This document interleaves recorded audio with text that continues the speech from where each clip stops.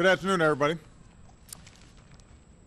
10 days ago, the world watched in horror as men, women, and children were massacred in Syria in the worst chemical weapons attack of the 21st century. Yesterday, the United States presented a powerful case that the Syrian government was responsible for this attack on its own people. Our intelligence shows the Assad regime and its forces preparing to use chemical weapons, launching rockets into highly populated suburbs of Damascus, and acknowledging that a chemical weapons attack took place. And all of this corroborates what the world can plainly see. Hospitals overflowing with victims, terrible images of the dead. All told, well over 1,000 people were murdered. Several hundred of them were children. Young girls and boys gassed to death by their own government. Now, this attack is an assault on human dignity. It also presents a serious danger to our national security. It risks making a mockery of the global prohibition on the use of chemical weapons. It endangers our friends and our partners along Syria's borders, including Israel, Jordan, Turkey, Lebanon, and Iraq. It could lead to escalating use of chemical weapons or their proliferation to terrorist groups who would do our people harm. In a world with many dangers, this menace must be confronted. Now, after careful deliberation, I have decided that the United States should take military action against Syrian regime targets. This would not be an open-ended intervention. We would not put boots on the ground. Instead, our action would be designed to be limited in duration and scope. But I'm confident we can hold the Assad regime accountable for their use of chemical weapons, deter this kind of behavior, and degrade their capacity to carry it out. Our military has positioned assets in the region.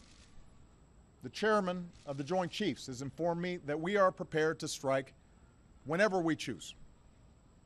Moreover, the chairman has indicated to me that our capacity to execute this mission is not time sensitive. It will be effective tomorrow, or next week, or 1 month from now. And I'm prepared to give that order. But, having made my decision as Commander-in-Chief based on what I am convinced is our national security interests, I'm also mindful that I'm the President of the world's oldest constitutional democracy. I've long believed that our power is rooted not just in our military might, but in our example as a government of the people, by the people, and for the people. And that's why I've made a second decision. I will seek authorization for the use of force from the American people's representatives in Congress. Over the last several days, we've heard from members of Congress who want their voices to be heard. I absolutely agree. So this morning I spoke with all 4 congressional leaders, and they've agreed to schedule a debate and then a vote as soon as Congress comes back into session. In the coming days, my administration stands ready to provide every member with the information they need to understand what happened in Syria and why it has such profound implications for America's national security. And all of us should be accountable as we move forward, and that can only be accomplished with a vote. I'm confident in the case our government has made without waiting for UN inspectors. I'm comfortable going forward without the approval of a United Nations Security Council that so far has been completely paralyzed and unwilling to hold Assad accountable. As a consequence, many people have advised against taking this decision to Congress. And undoubtedly they were impacted by what we saw happen in the United Kingdom this week when the parliament of our closest ally failed to pass a resolution with a similar goal, even as the Prime Minister supported taking action. Yet while I believe I have the authority to carry out this military action without specific congressional authorization, I know that the country will be stronger if we take this course, and our actions will be even more effective. We should have this debate because the issues are too big for business as usual. And this morning, John Boehner, Harry Reid, Nancy Pelosi, and Mitch McConnell agreed that this is the right thing to do for our democracy. A country faces few decisions as grave as using military force, even when that force is limited. I respect the views of those who call for caution, particularly as our country emerges from a time of war that I was elected in part to end. But if we really do want to turn away from taking appropriate action in the face of such an unspeakable outrage, then we must acknowledge the costs of doing nothing. Here's my question for every member of Congress and every member of the global community. What message will we send if a dictator can gas hundreds of children to death in plain sight and pay no price? What's the purpose of the international system that we've built if a prohibition on the use of chemical weapons that has been agreed to by the governments of 98% of the world's people and approved overwhelmingly by the Congress of the United States is not enforced? Make no mistake, this has implications beyond chemical warfare. If we won't enforce accountability in the face of this heinous act, what does it say about our resolve to stand up to others who flout fundamental international rules? To governments who would choose to build nuclear arms? To terrorists who would spread biological weapons? To armies who carry out genocide? We cannot raise our children in a world where we will not follow through on the things we say, the accords we sign, the values that define us. So just as I will take this case to Congress, I will also deliver this message to the world. While the UN investigation has some time to report on its findings, we will insist that an atrocity committed with chemical weapons is not simply investigated, it must be confronted. I don't expect every nation to agree with the decision we have made.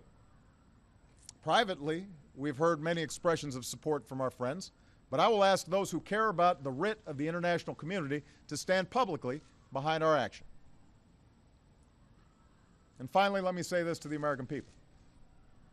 I know well that we are weary of war. We've ended one war in Iraq, we're ending another in Afghanistan, and the American people have the good sense to know we cannot resolve the underlying conflict in Syria with our military.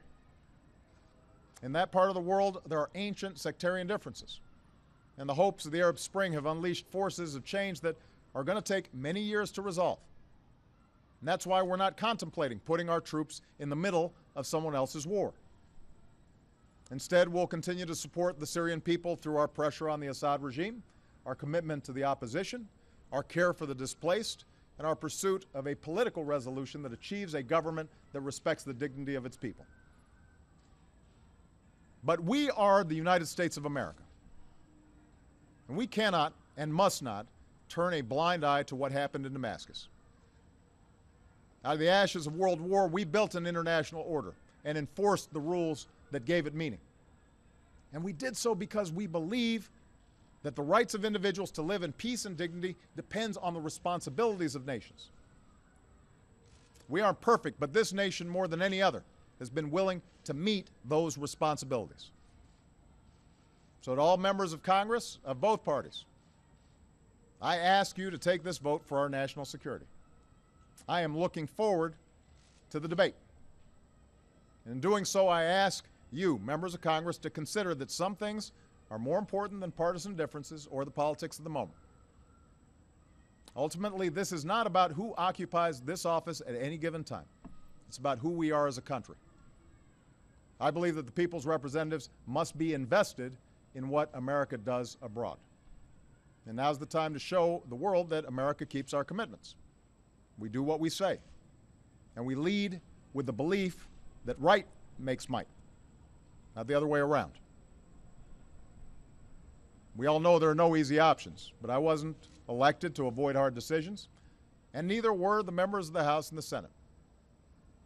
I've told you what I believe, that our security and our values demand that we cannot turn away from the massacre of countless civilians with chemical weapons. And our democracy is stronger when the President and the people's representatives stand together. I'm ready to act in the face of this outrage. Today I'm asking Congress to send a message to the world that we are ready to move forward together as one nation. Thanks very much.